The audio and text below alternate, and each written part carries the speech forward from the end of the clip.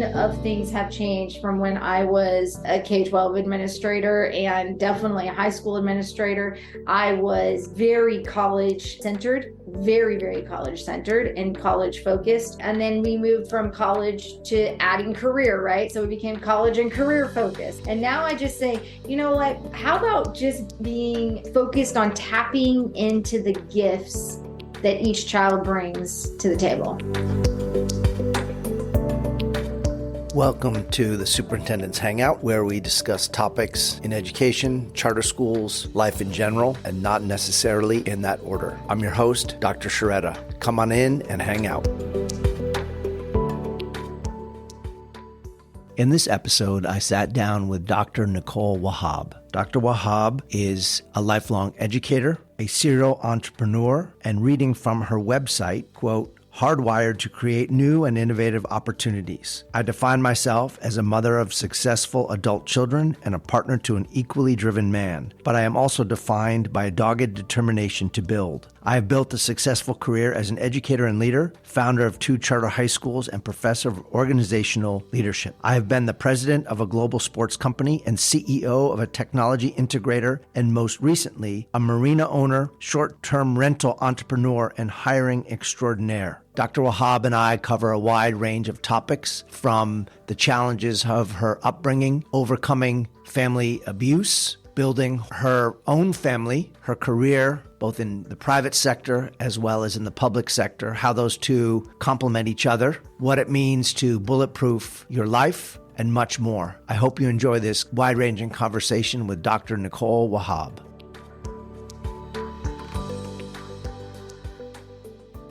Welcome, Nicole. Thank you so much for joining us this afternoon remotely from Georgia.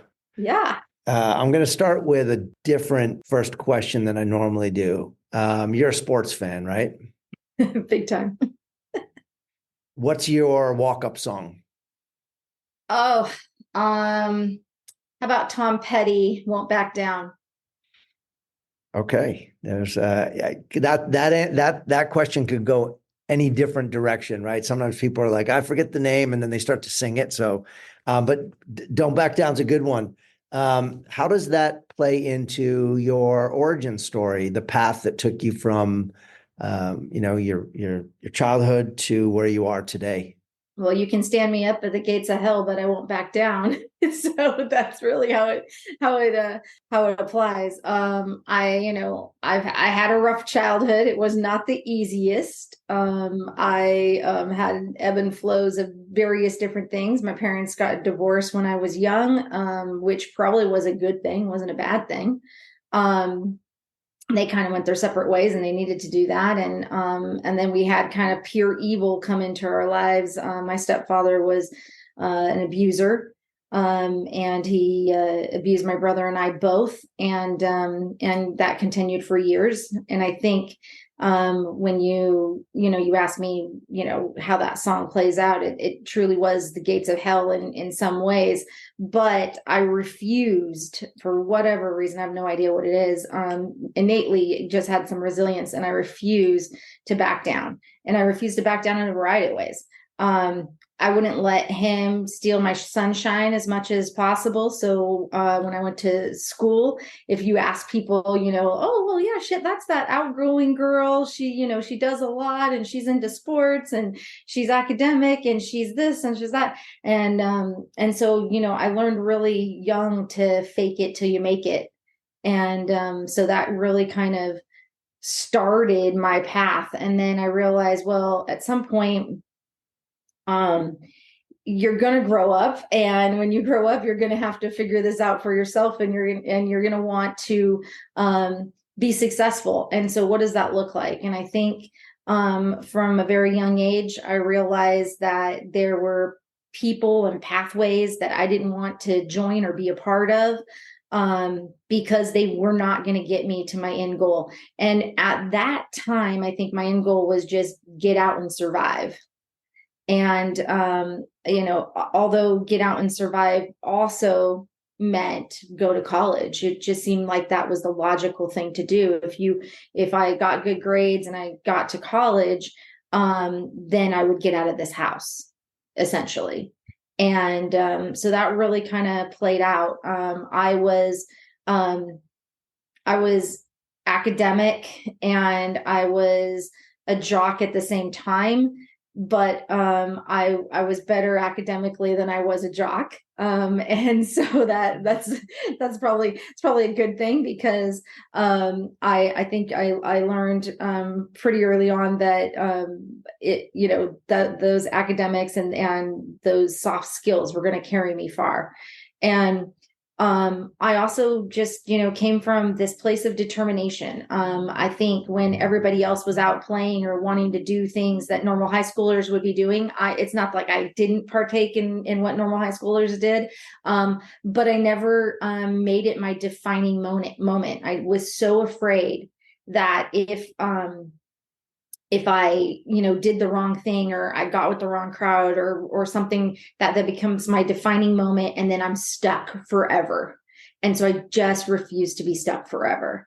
And I think that's where somehow I tapped into this beginning of resilience. And it's carried me far, honestly. So thank you for your candor about your childhood. What led from very difficult childhood to resilience to then school leadership? Because when I first met you, I knew you as Doc Wahab or Dr. Wahab, and we can talk about how many URLs you own with some combination of those. But I met you when you were running a charter school here in San Diego. What led you? Like, what's that path? Yeah. So really, so that whole piece of college resilience was paramount. Believe it or not, like day one of my first day of college in San Diego, I got out of the heck out of Dodge the minute I graduated. So I graduated from high school, got in my car, and I drove to San Diego, and I never looked back. And literally, and I mean that like, while people were still at grad night, right? I never even went. And I was ready to start my life. And so I started my life. I met my, who ends up becoming my husband of 23 years. We were married.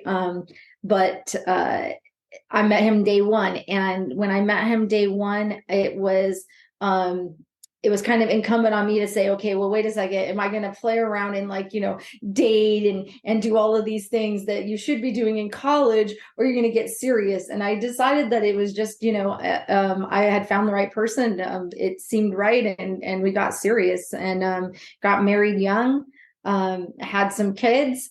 And it's during that process that I said, I'm never going to stop any of what I had going. And I had never stopped schooling, while all of that was going on. So literally got married, had 2 kids and 3 degrees within 12 years.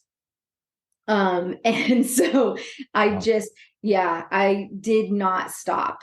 I had, and during that time I worked as a teacher. I worked in Rancho Santa Fe as a teacher. That was kind of my early starting years there. And then I worked in Valley Center. And so I had my fair share of elementary years of teaching, and then and I kind of just kept going up the ranks, if you will, in the teaching world. I enjoyed elementary, but I was like, well, you know what? I think I want to be an administrator, and if I really want to be an administrator, I better try out this thing called middle school. So I taught 6th grade and tried out middle school, and that was a whole learning lesson in itself. And then went on to high school. Actually, during that time, I also had the opportunity to meet multiple, just longtime, colleagues and friends in my doctoral program, my master's program and my doctoral program, who were had their own goals too, and a lot of them were, they wanted to be administrators, and 2 of them were in Poway already, as kind of the beginning administrators, either assistant principals or principals, and then we're going to go on to probably bigger and better things. I had my eye on something a little different, and this charter movement thing was very interesting to me. And it just happened at the same time that I'm kind of finishing up my doctorate at the tender age of 29. That I'm right in the crux of this new movement, and it was kind of exciting. It was really exciting. It was actually really exciting. And I felt like it pushed me to continue my doctorate and finish that because I wanted my shot. And it comes from I remember I was always like the teacher in the back of the faculty lounge, like, and we had the blueprint. Remember those days? We had this like blueprint, right? And you're like, oh, we're going to follow the blueprint and you have to do it this way. And this is your hours. And this is, from this time to this time, we're going to read. And from this time to this time, we're going to have recess. And everything was really scripted. And I realized that like our students were falling behind. Yeah. Like I saw it happening before my eyes. And I was just like, well, wait a second, kind of had my hand up in the back of the lounge. And I'm like, we're talking about this blueprint again, but how come we're not just doing what's right for Johnny? Like, I don't get it. Like, and I remember distinctly that one of my principals said to me, well, when you have your own school, you can write the rules. Wow. And I was like, wow. What does that mean? When you have your own school? So it was interesting because I think at the time, I think my brain only thought, well, that means that you're going to have some type of, private school. Right. And you're going to have to become some type of private school administrator. And I knew that didn't really fit the mold for me. I was a public school kid. I do feel like a lot of what shaped me was from educators that cared to continue to kind of like say, hey, you've got a lot going on at home, or you've got a lot going on in your head, but you know what, if you stay this path, this is going to change you. And so I wanted to be that educator. I was like, well, wait a second, how can I like reach the most amount of kids? And my classroom was awesome. And being a K-12 administrator was going to be awesome, all of those things. But wow, wouldn't it be really cool if, just kind of like what my principal had said to me, that I got to write the rules and I got to finally get off the blueprint. And so that's really where kind of we picked up and met. Is I kind of always carried this dream with me. I'd been to multiple functions, and I ended up at Coleman University at a function one night, and Dr. Coleman Furr was there, and he's like, hey, what do you do? And I'm like, oh, I'm a principal at Mount Everest Academy. It's a K-12 in San Diego Unified. And he's like, oh, okay. So what do you really want to do? And I was like, well, that's kind of strange. Like, why would he ask me? Of course, I'm like at the pinnacle of my career. I'm a principal. Like, what more would I want to do? And I said, well, since you asked, I'm like, honestly, I'd like to start a charter school. And by the way, do you have $5 million? And he kind of chuckled and laughed, and I kind of chuckled and laughed. And the next thing I know, literally the next day, I get a call to my office that Dr. Furr was on the line, and he wanted to speak to me. And Dr. Furr said, hey, were you serious about that $5 million? And I was like, yeah, I'm serious about that $5 million. And he said, well, okay, well, why don't we work together and talk about this whole charter school thing? I don't know anything about it, but it seems like, I built universities from the ground up, and it seems like you're eager and excited to build some type of school system. What could we do? And I think, it was just really during that conversation right then and there, I said, well, you know what, I guess we could reverse engineer all of this, and we could start with homegrown tomatoes. Let's build a school that is centered around technology and has this opportunity to feed into your college if that's what you wanted, or if they want to go wherever. And so that's really kind of how it took place, was partly giving an opportunity for kids in San Diego to have a school of choice, because I felt like education was very draconian at that time. And I think as parents, we felt the same thing too, and just felt very pushed. And charter was an opportunity, and school of choice was an opportunity to to change that for a lot of kids. I remember, I think it was in conversations that you and I had when I was interviewing successful school leaders for my dissertation, that you talked about the school bus and starting or having at least a portion of the school operating for a period of time on a school bus because of something having to do with permits in a building.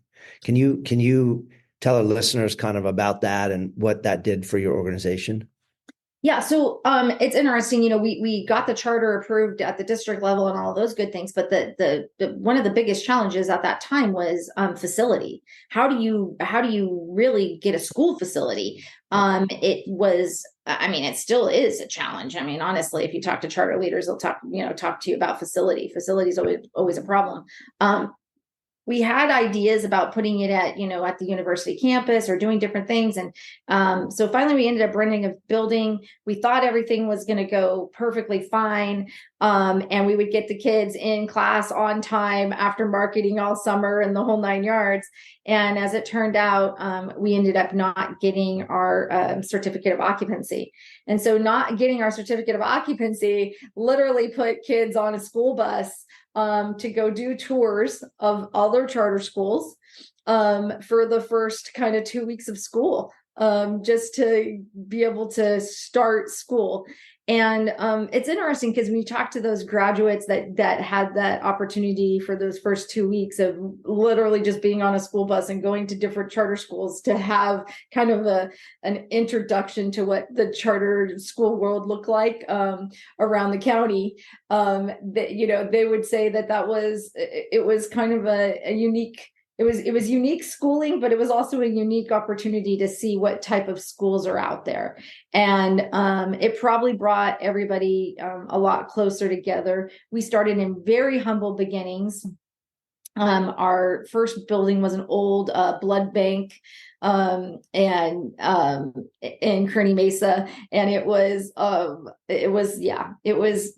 small, it was tiny. We started we started there for the first 2 years, and we knew that as we grew that we would really want to have a permanent facility. And it was Dr. Furr's, mission and goal to give us a permanent facility. And so we did end up eventually by year 3, building from the ground up, not only just building out the charter school as a system and an institution, but we physically built a building as well. So it was an interesting time for all of us to learn and grow and to see just exactly what school of choice is this. It's an opportunity to do things differently and to learn differently. And so I guess in some ways, just even our struggles of, finding a building and getting kids in seats and all of those things, and just always just kind of wiggling our way through all of the, obstacles just made us that much stronger. And it was really exciting that first graduating class to see just how strong those kids were. Yeah, it's one of those things that in the moment might not have seemed like a positive, but 10, 15, 20 years on, people think back on that as a galvanizing point in the organization's history. What was his name? Dr. Furr? Yeah. What did he have to gain, do you think? So it's interesting. Dr. Coleman Furr was all about legacy. He had started the first, it started even as a punch cards back in, the early 70s, late 60s, early 70s. Typing school is what it really was. It started out as a typing school, and then it became a vocational school, and then it became a true university over time. And I think what he was looking at is he had plenty of money. His name was well known in San Diego. Everybody knew Coleman University. He had a ton of commercials. He had a ton of, reach within the community. And I think this was just another opportunity for him to continue his legacy. He cared deeply about education. That is 100% part of his legacy, is that he cared about education, and he cared about educating those weren't necessarily just book savvy. Like he was excited about those that wanted to learn through technology or learn new technology or learn a vocation. And so I think he saw that Coleman Tech was really like our opportunity to grow it at a, grow kids at a potential younger in age, to realize that it's okay to look at education differently and look at careers differently.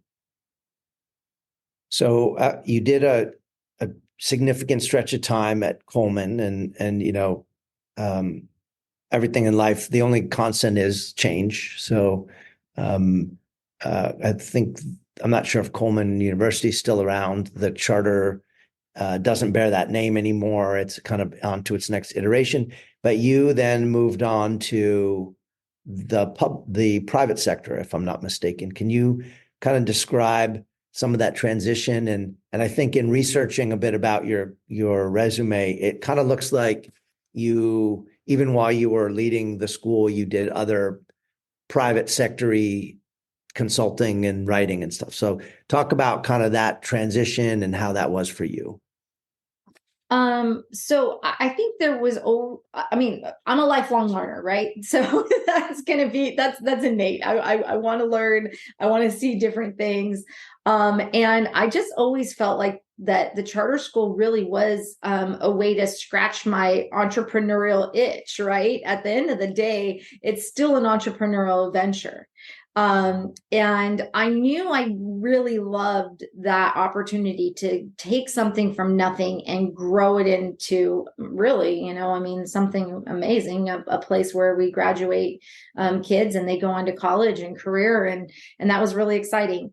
And so while I was doing that, I had an opportunity to, like most educators and administrators, I taught at Chapman University, I taught at National University, I taught at Alliant International University as well. So I had a lot of opportunity to go out and teach teachers.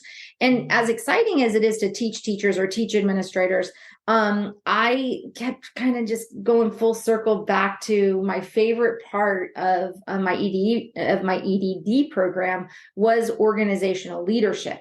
I loved the idea of taking a company and building out what that looks like, and how do you build the systems in which a company needs to function, and all of the ins and outs and the intricacies of that. And so I kind of knew that was a soft skill of my program, if you will. But then, of course, as you know, school leadership from a charter standpoint, you really are a CEO. You are operating a true corporation. Matter of fact, it's a legal corporation in California, right? So, it is a true corporation. And so, there were various times that just made sense to me that I would continue to dabble in, just kind of my own pursuits of consulting and or ways to become a thought leader besides education, but with kind of that bend of education. And so one of the things I did is I kind of created the Stellar Scholar Institute, and through that I ended up becoming I had an article for Spotlight Sports Magazine that was just basically behind the teacher's desk and behind the principal's desk, and just kind of the pathway and navigation of how do you take kids and their concepts, not only just on of wanting to become successful in college and career, but how do you also do that for yourself as you kind of get pigeonholed into I'm an educator, or I run a charter school, or whatever that little venture is, and it's huge. I still didn't want to get completely pigeonholed in there. I wanted to have an opportunity to still kind of play in the corporate world, and that was a way that I could do that. And so once I left Coleman Tech, I literally went to my mirror and I started manifesting what my next plan was. And I wrote on my mirror. Say that again. You went to your mirror? Went to my mirror. Yeah. to like my actual mirror, my bathroom mirror, and I took out a whiteboard marker, and I wrote on my mirror kind of what my next goal was. And I had you know how we have on LinkedIn, we get these little you know, ads, if you will, that say, you know, oh, we think this position would be really good for you. You should try applying for it, right? Yeah. And so one of the ones I got was applying for the president of football.com. And I was like, wow, that's kind of cool. Like, I love sports. I love football. You know, I'm a CEO. Like, can I make this happen? So that day I applied, and after I applied, I went to my mirror and I wrote on my mirror with a you know, with whiteboard marker, you're looking at the next president of football.com. Well, what was interesting is I had put the next president of football.com. I didn't realize that they'd never had a president of football.com.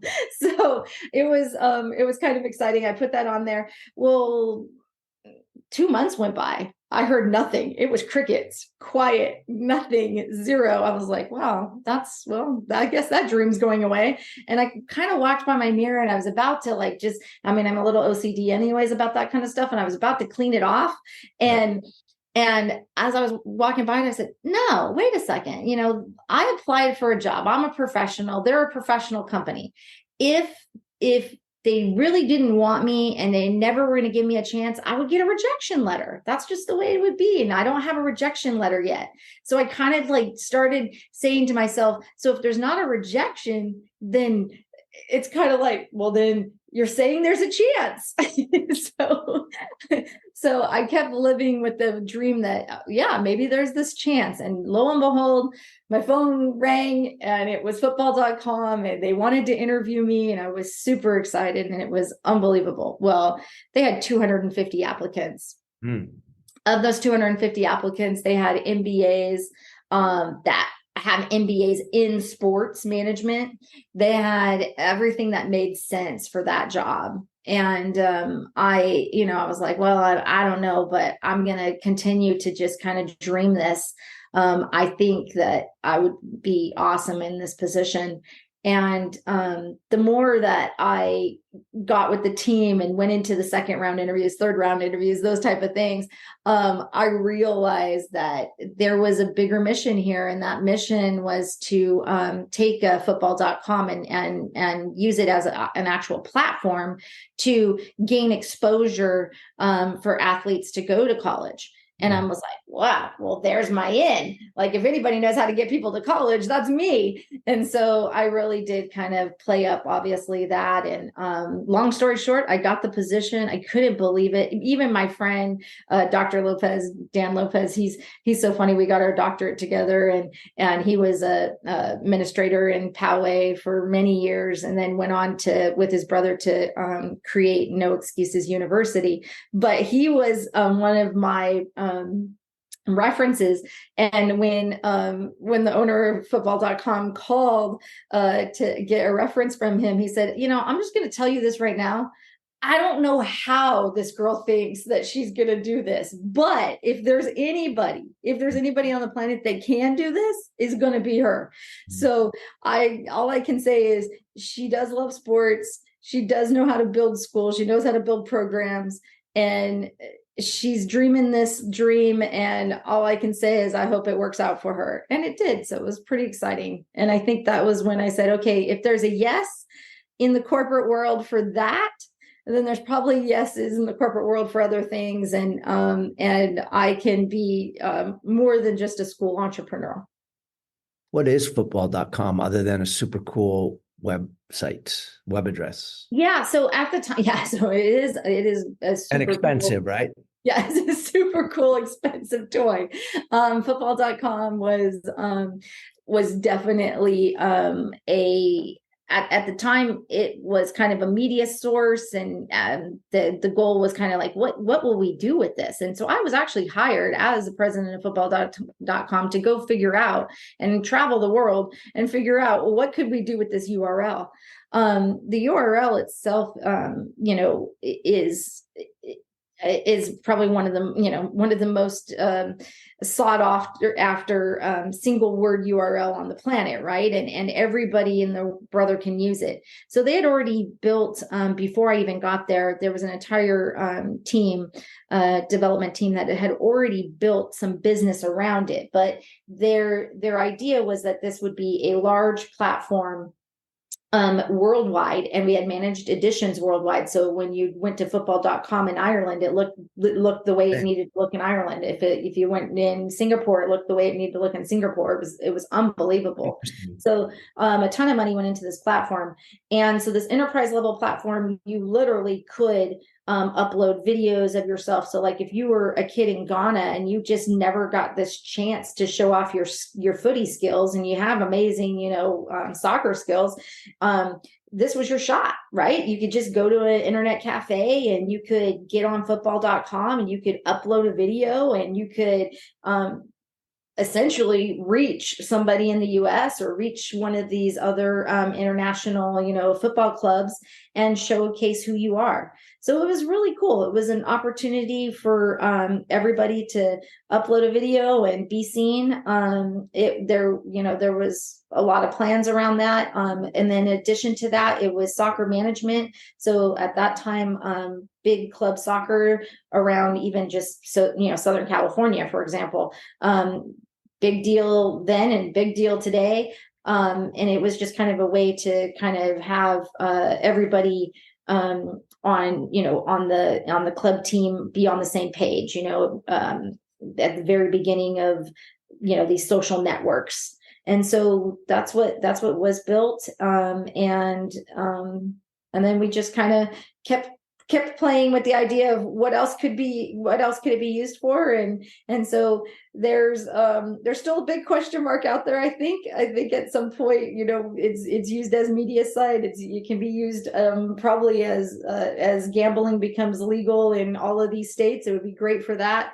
There's a lot of use for it. It's just one of those fun companies that is going to continue to morph over time, because it's a single word URL that everybody knows and recognizes. I bet the NFL would pay an unlimited amount of money for that URL. You would think that, but you have to look at the big picture, right? So the interesting thing is the NFL already has NFL. I mean, and that's what we recognize them as. So there is like a window. So just know this: if you ever buy a URL, there is a window of time that you have to put some business around it. Because if you don't, somebody will go past that and circumvent it, and they say, oh, well, you know what, they already have football.com, but that's okay, we're the NFL, we'll just be NFL.com, and we'll just totally circumvent this whole football thing because we can't own it anyways. So so just know that whatever URL you take, if you're serious about it, put some business around it. I was thinking back on that URL. I'm fascinated by people who buy URLs, and either through strategy or blind luck, it's usually probably the latter. They end up with a super cool URL and they just pay to renew it every 3 years, and one day it's worth a lot of money. And I was thinking back to when, let's say this was probably the late 90s, I think, where I remember big companies were like, well, is it really worth developing a website or not? And like Nike and, and some of them just were like, it's not worth it. Our business is bricks and mortar or whatever. And right. So now 30, 25 years ago, and now, you look and you go, oh my God, now I think there must almost be bots that sit there trying to create potential URLs, because just about anything under the sun is unavailable. Anything with AI, now everything has AI. So you'd be football.ai or whatever. So yeah, it's interesting. So what's interesting about URLs is that back in the day, so early 90s, when all of this is coming of age, it was expensive to keep your URL. So there wasn't a GoDaddy, warehouse of being able to just kind of, spend, you get your URL on a website for $11.99, for the year. No, nothing like that exists. And so you literally did have to put business behind it from the very beginning. You had to either start an LLC or a corporation or whatever, and you had to keep that going. And in California, that's an expensive venture right there. So imagine that, to be able to even keep something that you've had since 1994, 96, 97, whatever it is, that is already what was already a very expensive gamble.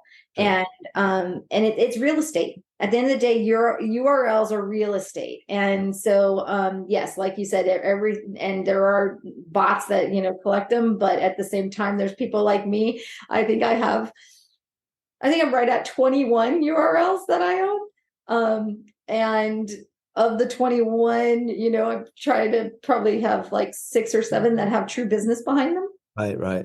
The rest are just kind of dormant out there. Yeah. Yeah. Well, no one's ever going to buy anything related to my name because it's so unusual. So I think David Sharetta will be available forever. Unless one of my tens and tens of listeners decides to go out and put down good money to buy davidsharetta.com, which would be a creepy thing for them to do. So in preparation for this, I was kind of reading about your philosophy, not only in business, but in life. And I ran across this phrase of making yourself and others bulletproof. And it strikes me as instructive and significant that you had such a challenging childhood, and you've in many ways in your life been able to overcome that and achieve significant things and have a positive outlook on life. Can you talk about what it means to bulletproof your life and how you use that with others?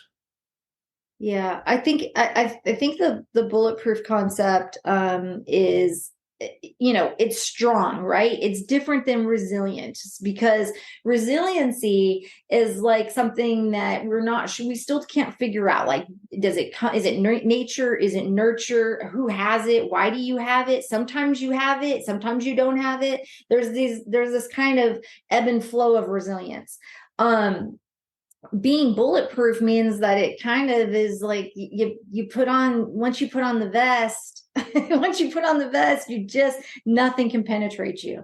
And everybody and their brother is going to take a shot at you, right? That's just the way life is. And life itself is going to take shots at you. And I think that's just something that I've had to learn is like, you know what, I'm not going to let anybody take a shot at me. I'll start from a very beginning of becoming bulletproof. Is I was and I'll even use her name, Keely Lambert. I don't even know if she still exists, but back in 4th grade, we used to do those little tally mark things, right? And girls are so relentless in 4th grade. They're like the worst, right? They're terrible. And she had this like little tally list, and she came up running up to me and she said, "These are the number of people that like you, and these are the number of people that don't like you." Right. And on that list, right, it was like, it says you, meaning just me. And right. It was a 1, and then everybody else. And it was like 7,000 tally marks. Right. And I was like, damn, that's mean. That's bullying pre-social media. Right. That's bullying for social. Yeah. So bullying's been going on a long time. Yes. Right. And I don't know that I don't even know. I don't think we ever really talked about that. Right. As Gen Xers, we don't really know what bullying is. We had no idea. We just got beat up by certain people and we moved on. But I remember it was then I was like, well, that's not very nice. And I just had to find a way to put on my jacket and be bulletproof and like not let that bother me. And I remember going into the girls' bathroom crying for a little bit about that, and then coming back out. And then the second I came back out, like 2 of my little friends that, remember, everybody doesn't like me, right? Everybody. And so 2 of my little friends came up to me and they were like, "Oh, let's go play." And I was like, "Oh, yeah, you got to be bulletproof against this person, not the whole world." Right. And so I think from a very young age, I realized that you're going to have to do that. I had to protect myself in my own family. I had to protect myself, as I grew up. I had to protect myself anytime somebody got jealous of something that I did or didn't do. The world is cruel. The world is a cruel place, and you're not going to be everybody's cup of tea. You're just not. And I think even in the charter world, I had to be bulletproof, right? Like there were people taking shots at me when I'm trying to build a school that literally is going to cater to, socially, economically disadvantaged, and students that have, disabilities, and everything's all inclusive. And so nobody should be taking a shot at that. Nobody should. They should just be like, wow, that's so freaking cool. That's awesome. No, that's just not life, right? And so I have had this stiff upper lip, fake it till you make it, like I said from the very beginning of this podcast. And part of that being bulletproof, I thought, well, you know what? I've taken that concept in my life. I've applied it to business. And I think this is now the time to kind of start talking more about how do you do that as you're going into middle age and beyond, right? And so as we're heading into retirement years and different genres of our life, we're going to have to become bulletproof again. And so I actually am going to be spending some time. Probably I've already kind of skeletoned, if you will, a backbone of a book for this, and we'll kind of see how it evolves. But the premise is that you can build this type of resiliency that equals success. And that could be for business or your personal life. And the way to do that is to be able to let those shots bounce off of you. So at a certain point, if I'm not mistaken, NFL.com was not NFL.com. See, I'm already projecting. Football.com was located in California. And then at a certain point, you left the state and you ended up in the South. I'm not sure if Kentucky is deep South or South Light. I think Georgia. Anyway, you tell me what brought you there, and what was that like as a transition in your life, personally, professionally, geographically? Yeah, so interesting, all in one kind of fell swoop. So football.com was sunsetting, and at the same time I had another offer from this group of IBMers that I'd met. Networking's everything, right? And so you continue to network, and so I ended up building a system integration company with them. And as I did that, my kids were going off to college. I was going to be going through a divorce. The world was changing in just every aspect of everything. And during that time, I think I just started to lose my identity. I had already lost my identity as an educator, and I wasn't really sure what that meant. And as a school leader, and then I was like, okay, well, now I'm a corporate businesswoman. And now I have a new identity, and new people taking shots at me and new problems. And so, and then at the same time, I'm also trying to personally, grow past the title of mom and wife.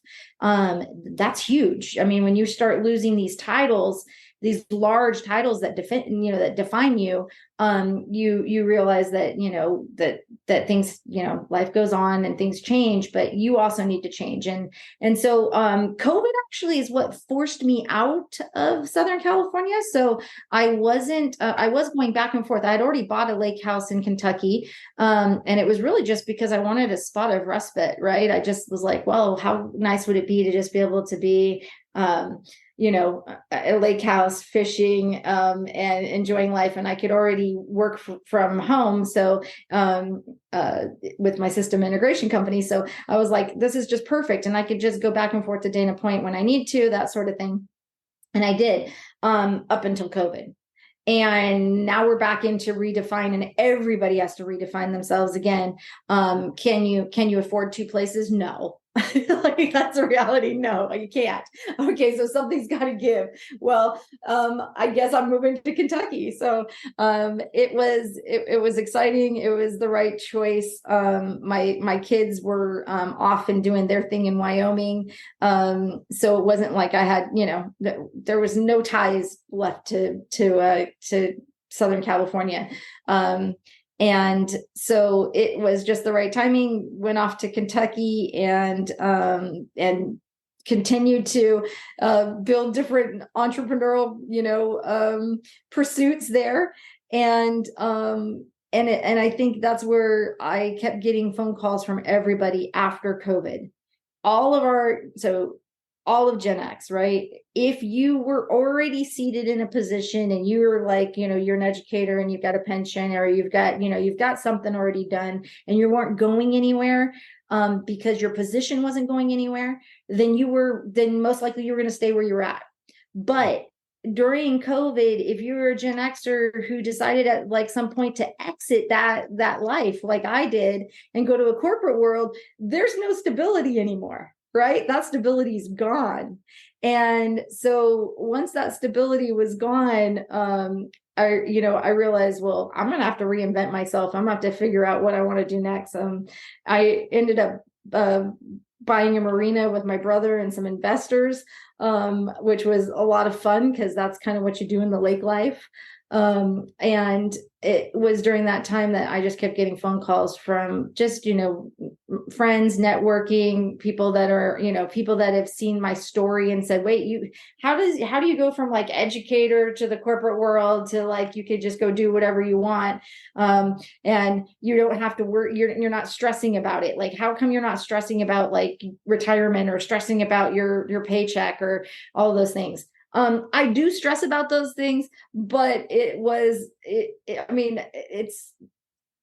it's a trade-off. And the trade-off was that I was going to have some freedom to do what I wanted to do and pursue different things. And so when I got a call from a friend that said, I don't get it.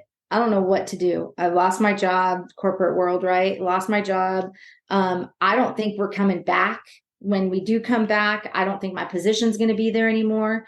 And all I know and have ever done is X, right? And so it was just call after call, that same story. Attorneys were going through the same thing, like, especially if they were beginning attorneys. Like, I think a lot of us, have tried various careers. We're not the baby boomers that stuck with the same program all the way through. And so we've tried different careers, or we've tried different things. And as we know, corporate America lays off everybody at some point, and when they get laid off, what do you do next? And so that this idea of reinventing yourself and being able to try new things and do it kind of fearlessly is also part of being bulletproof. Now that you have this perspective of the private sector and the public sector, what's one thing that is easier to do or to accomplish in private business, and what's one thing that's more complicated? I've worked my whole life in public education in one way or another, and you fall into, I've done private work, but for the most part, this has been my job for my career for 30 years. And you fall into kind of a groupthink type of mentality, right? About concepts of security, whether they're real or imagined, that's a different thing, right? Concepts of people being able to lay people off really easily or not. And I can say that even in the charter world, where there isn't union protection typically, I think the nature of, for example, education in the public sector is that typically people don't want to lay people off. People don't want to take a metric and say, I'm sorry, after this many attempts, you're not achieving. So, find somewhere else to work.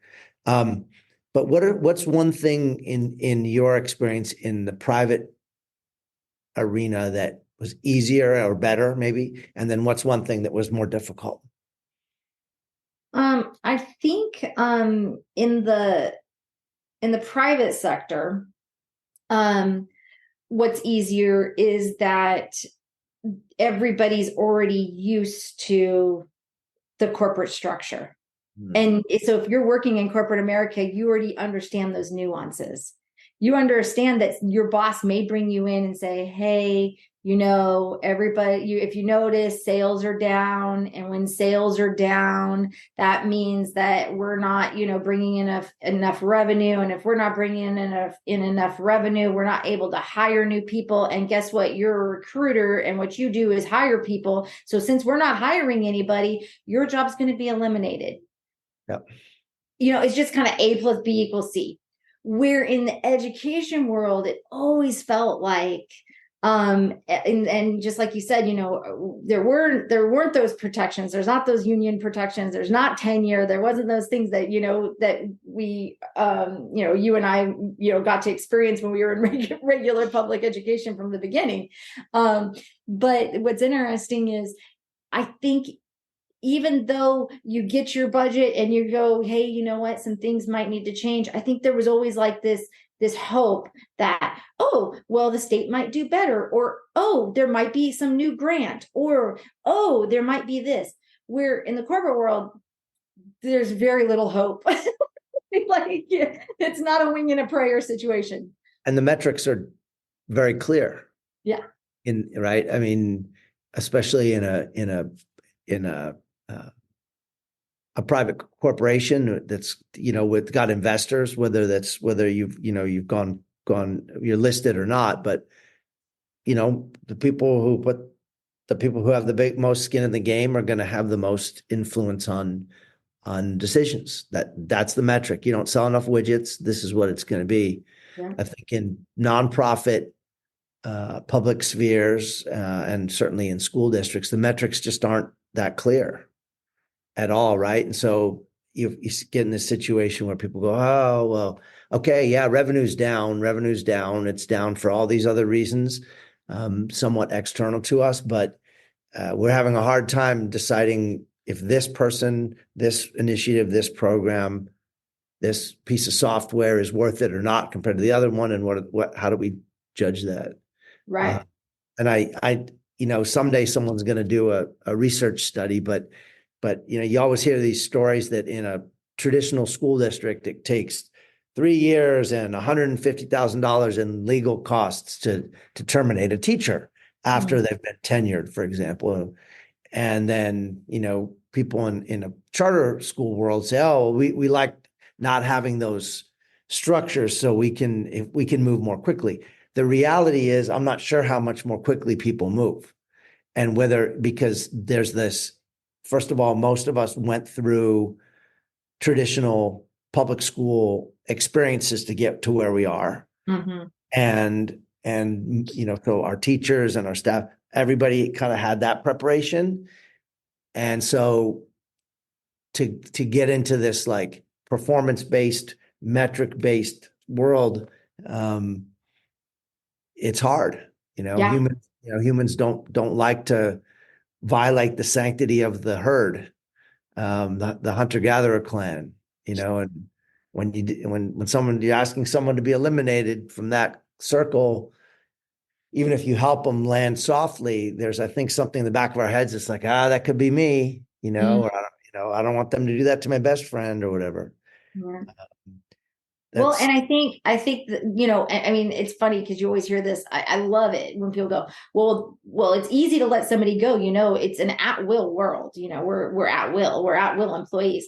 Well, we know that that's just not true. Like at the end of the day, like, did you document things, or did you put them on an improvement plan? Did you follow anything? You can say at will all you want, but if they have enough money and clout or documentation or whatever, if the stars align for them, they can legally pursue you, right? And so I think there's there's more fear in the education world of that for whatever reason. I have no idea, even at the district level, right? Like it's there, you see it. It's like, well, no, we don't want to do that. That's kind of crazy. Let's just go put them in the rubber room instead and let them, bounce balls until they retire, because we don't want to deal with that craziness. Where in the corporate world, it is so binary, right? It's just like it's like here's the not only here's the metrics, but the bank account doesn't have the numbers, so therefore it is what it is, and your position's gone, your team's been eliminated, this widget stopped, this whatever it is, we're restructuring, we're bankrupting, all of these things, and it's just business as usual. And I think that is definitely something different about the corporate world. It makes it, I mean, I've always, I've been accused multiple times, even as a charter leader, right, that you act sterile when you make decisions. Well, you have to. At the end of the day, we're not here to make decisions based on emotion or anything other than the facts and the metrics. But you also, once you do make that decision, you do have to be a little bit sterile in your approach because of how litigious people are. And you don't want to say the wrong thing, and you don't want, and what is a soft landing? It sucks. It sucks anytime somebody gets laid off or is told their position's eliminated, and then they have to go home and figure out how to make life happen. Well, on my drive in this morning, I was listening to a podcast interview with the founder of Netflix, Reed Hastings, and he's tangentially he's a big charter school supporter as well, but he has this slide deck that's now become famous about the culture at Netflix. Supposed to be an internal document, but he was describing about how the first time he shared it with someone, they realized after the fact that person was going to put it online, and then he thought that was a negative, but then he realized it was a positive because now people read it before they even apply to Netflix. Right. But one of the central tenets of their corporation was the reward for adequate performance is a generous severance package at Netflix. That's their philosophy. And he's like, this is who we are. And, we're not trying to ruin someone's career if they perform adequately, we're going to help them move somewhere else, and we'll give them, half a year or whatever of compensation, and they're going to go do their thing. We want exceptional people in our organization. And that was like, wow, I started to break into a cold sweat as I was driving, because I thought, wow, if I put something like that on some of our foundational documents at Einstein Academies, I can anticipate all kinds of consequences of that. Right. So, right. And I think it's interesting that they say that, right? But at the end of the day, is it, how much of it's true? Like what, and who, and how subjective is it? Because it also has to do with, at the corporate level, right? Their shareholders are making all the decisions. So, so he could be inadequate. He could be inadequate the next day. And, I think the only inevitable thing, and it's really interesting, the only inevitable thing about a CEO is not only that you said change, but it's not just change. The only inevitable thing is you will be removed at some point. Yeah. Because life has to go on. You're either gonna, well, it's the same in school leadership. Yeah, that's what I mean. It's that same thing. Yeah, at any executive level, right? It's either you're going to get removed by father time, anticipated or not. You're going to move horizontally. You're going to move vertically, or you're going to move vertically the other way, because you get fired. Or, and I think, and I'm sure you had experience working with boards, for example, corporate boards, or even just a group of founders, powerful people who have a say and a stake. And And I think that it's probably not too dissimilar from working in a, you know, in a public setting with a board. Perhaps with the difference that sometimes when you're working in a school board in a district with elected officials, you're dealing with people who are there for a very short amount of time. There's a lot of turnover and churn. But I think these are really important elements to reflect on as we move through our life. I wanted to ask you, you've been very generous with your time, and so I don't want to drag you farther outside of your day than we've already done. But I have a couple questions about what your life is like now. So you list on one of your websites, one of the 21 URLs that you own, that you have a creative side, that you are a chicken enthusiast. I'm assuming that means raising and harvesting eggs, not necessarily Kentucky Fried. What does a typical day look like for you, and how does this creative side complement your other pursuits? Yeah, it's interesting. I like to be grounded. That's just something that means a lot to me. I think part of that being grounded includes discipline. And things that are disciplined usually have some type of routine, right? So that's the reality. And so when you're raising chickens, they have a routine. You got to get, they have a very specific way that you care for them, and you want to make sure they lay eggs, and you want to, if they're going to lay eggs, they're going to lay them because you're taking care of them and you're creating stability for them. And so that's really, I think, where that came from. I enjoy gardening. I have always had a green thumb. I love working with the land. I love fishing. I'm kind of one of those, I hate to use the term because I don't even know what it means anymore, but growing up, I was just always the tomboy, right? Like I have 5 uncles and on one side, and it was one of those things like, first thing in the morning, everybody's going fishing. I'm like the only girl, and yeah, you just become the boy and you just go do what the boys do. And so I really kind of, picked up a lot of those kind of fun outdoors habits, and they make me feel good. And they make me feel kind of grounded in what life is. And I think, especially, if you're going to raise, it's interesting. It's like you raise your little chicks, which were my kids before. And now it's like, okay, now you can have a new set of kids. Because those ones are already grown. Well, the same thing happens with the chickens, right? There's a life cycle, and when it ends, it ends. Same thing with, when I'm a dog lover too. The same, it's like, it's the saddest thing, that dogs only last on this planet, 13 to 15 years if you're lucky. There's just this cycle of life, and I enjoy that. And I think that type of nurturing makes me feel good. What advice would you give to K-12 educators, K-16 educators, to better prepare students for the type of life and work you've had?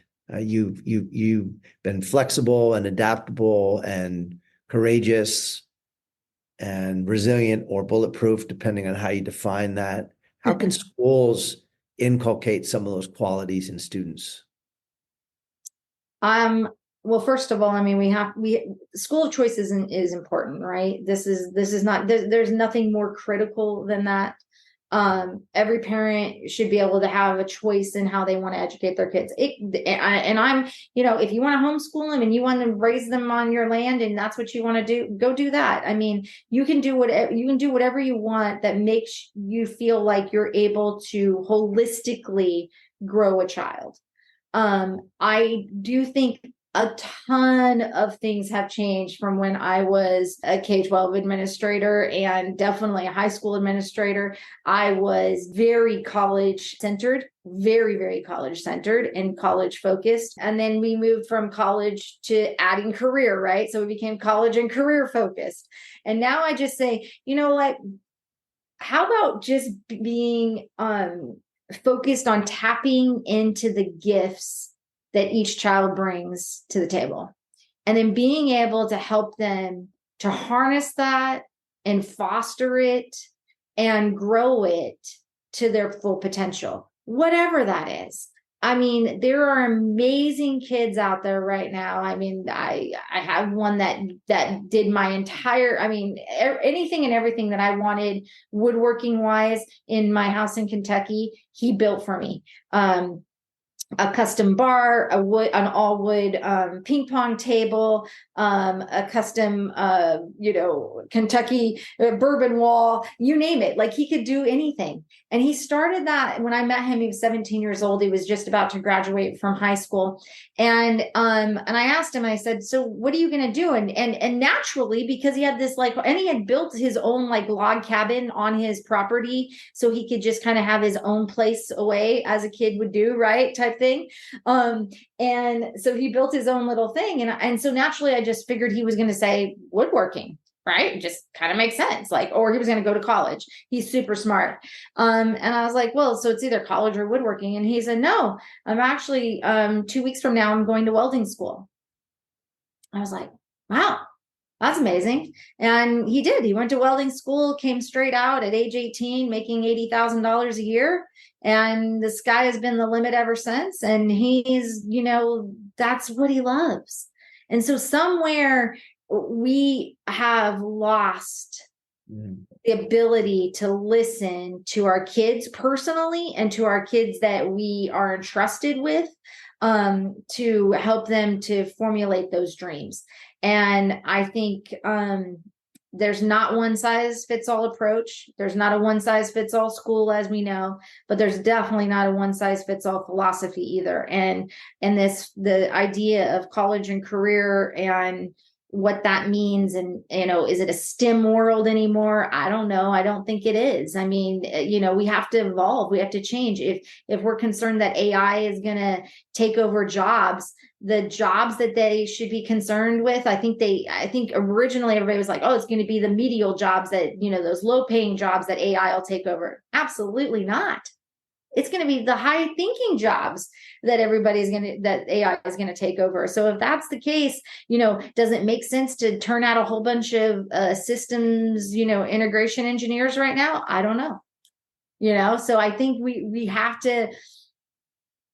going to have to continue to evolve as the world evolves, and our concept of education is definitely in for, I think, a shock.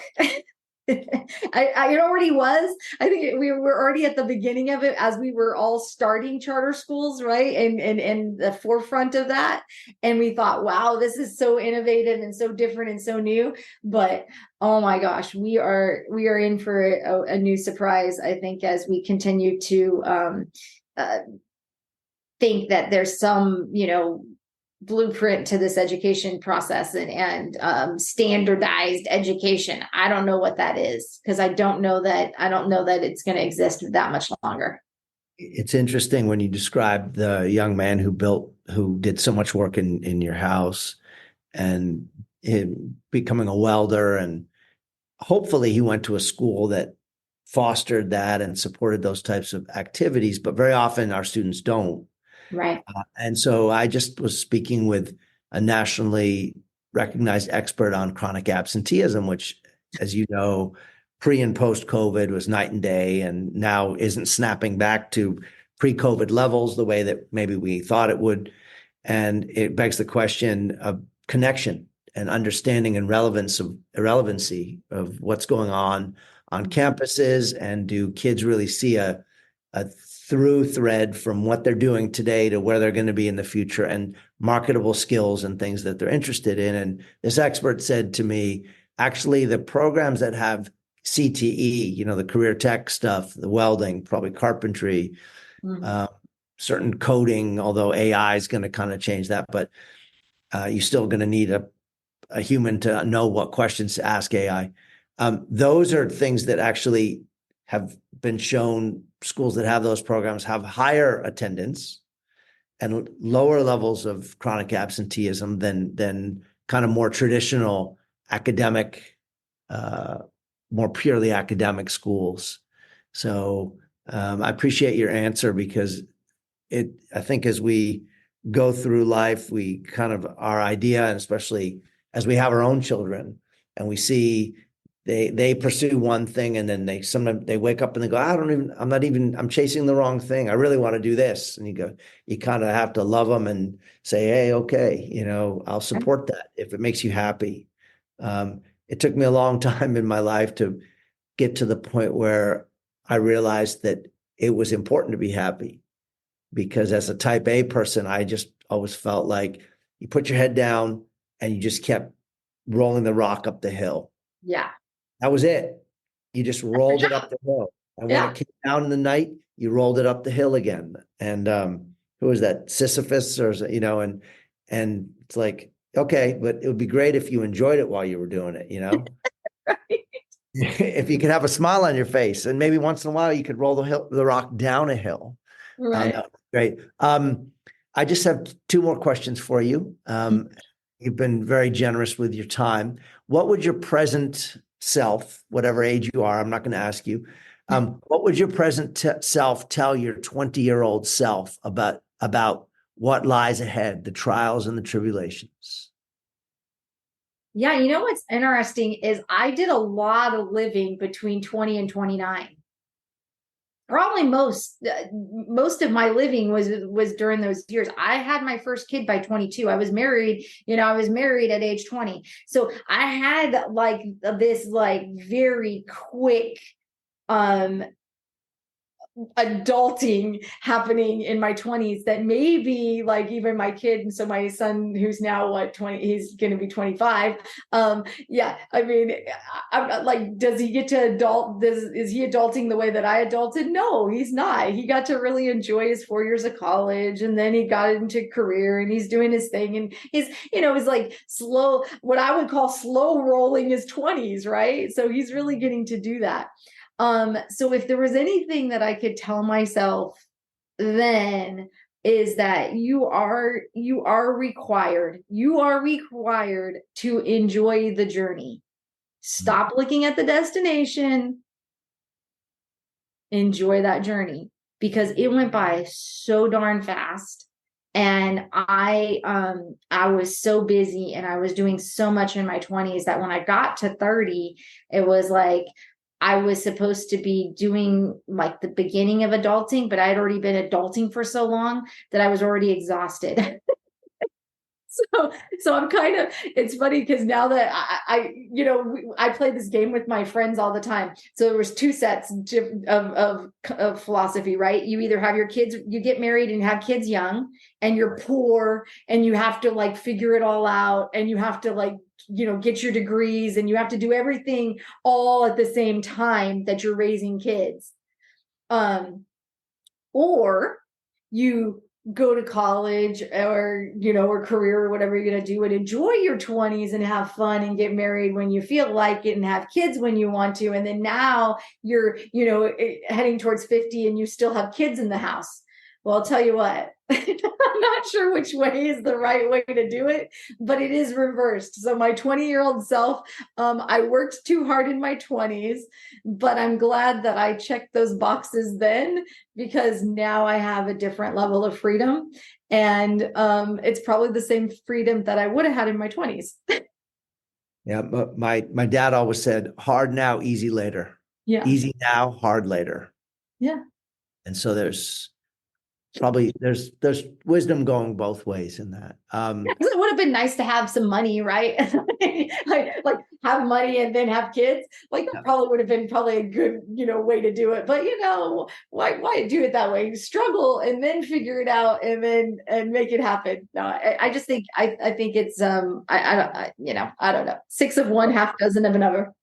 And and like as you said with Coleman Tech Charter, like struggle defines us. And it sounds like your struggles as a child and as a teen helped not just define you because you've overcome them, but help make you bulletproof, right? As you move through your life. And so, we sometimes wish we had a magic wand to erase all those pieces. But as when you and I met in the interview for my dissertation, and I asked the same question about obstacles that other leaders had faced, and they were, a range of obstacles from similar to the ones you faced, to tragic, like things that happen in their school community, to human resource related disasters. And they describe it, and you could see them going through. And then at the end, I always ask the same question: if you could go back in time, would you erase that? And not a single one. I think I had 30 or 40 interviews. Not a single principal said, "Oh yeah, you know what? I could do without that." Even the gnarliest stuff, because it helped define the course of the organization and their own leadership. Right. Well, it's interesting that you say about erasing it, because the one thing that I did learn about myself is that because I lived it, I was able to erase it for my kids.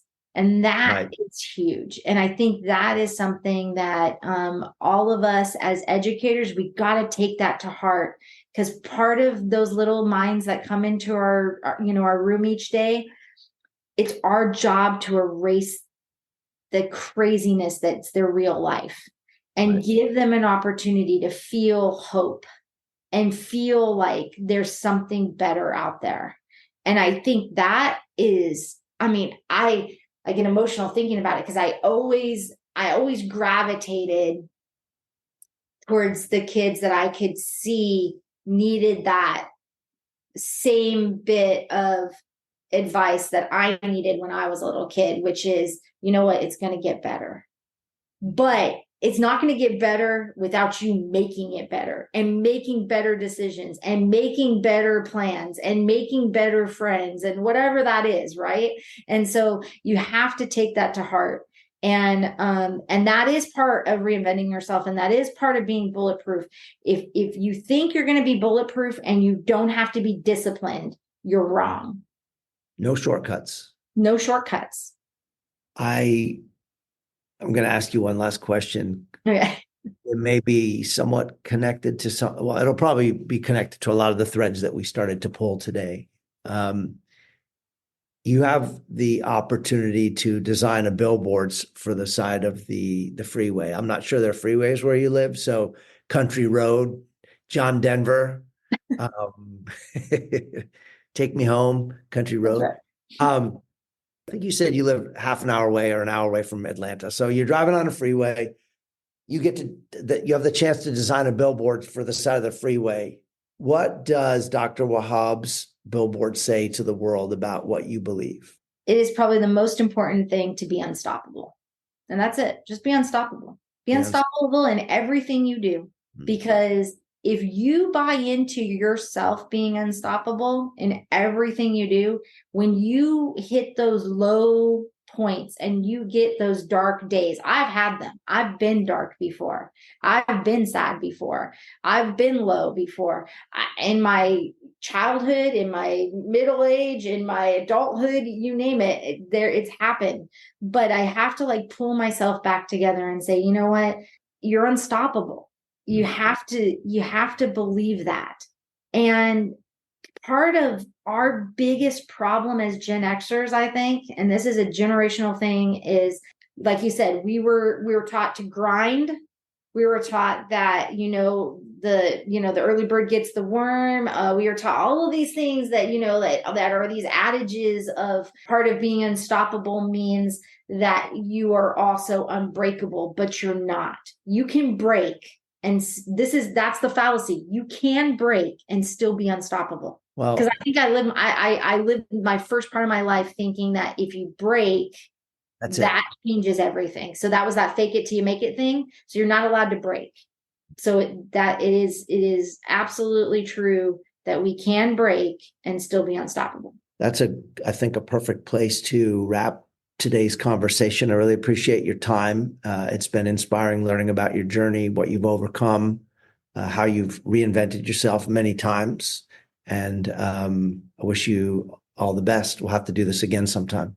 Love it. Thank you so much. It's been a pleasure. I'm excited to tell you my story, and I really enjoyed our time.